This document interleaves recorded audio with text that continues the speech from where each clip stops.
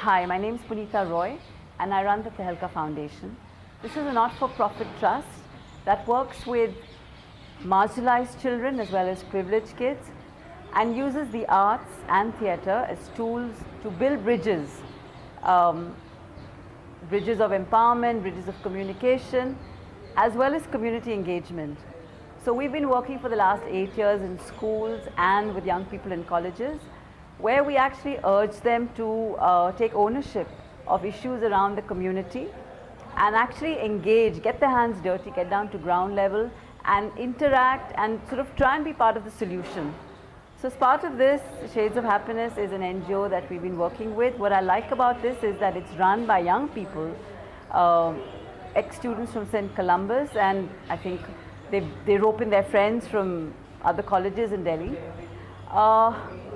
This is my second interaction here. The first time we were called, we worked with a group of, well, we tried to work with a group of about 60 kids across different ages. It was chaos. It was great fun, but actually meeting children once a month, especially when they're 5 to 10, I don't think that I have the skills to be able to leave a long-term impact, because there's also the problem of their attention span.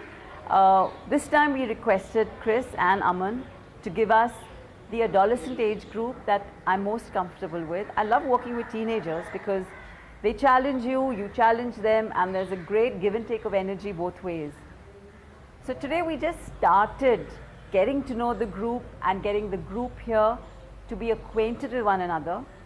Of course, they come from a socioeconomic background where there are, well, barriers, walls between the genders. And my attempt today was actually to get them to be comfortable with one another. So we had, name exercises, a name game. We tried to get a little bit into theatre. I used the mirror exercise. Most important for me is really about the eye contact aspect, because a lot of us, children, teenagers, adults, are uncomfortable about looking into each other's eyes, and to hold that gaze is unnerving. But I mean, for me, I think eyes are the soul to a person, and again, there was no big theatre involved in this. It was really about breaking down defenses, and for me to see where the group is at. I think one constraint we had was the time. We just had an hour and a half, and that is a very short time for a group which I requested should be 20-25. I think we ended up with at least 10 more children there. However, that's okay, we'll work around it. The problem is, though, that we now meet this group a month later, because next week their school exam starts. So I understand within the constraints of time, of their other sort of their school studies and their other co-curricular activities, my intent is that we work with them for a period of about 6 months and get them to ideate on issues that are of relevance to them. Young adolescents living around here in Gold Market, what would they want to speak to their community about? And in 6 months, I would like to get a street play ready, a Nukkad Natak which they take back into their community and perform in front of their parents, their neighbors, and speak with confidence.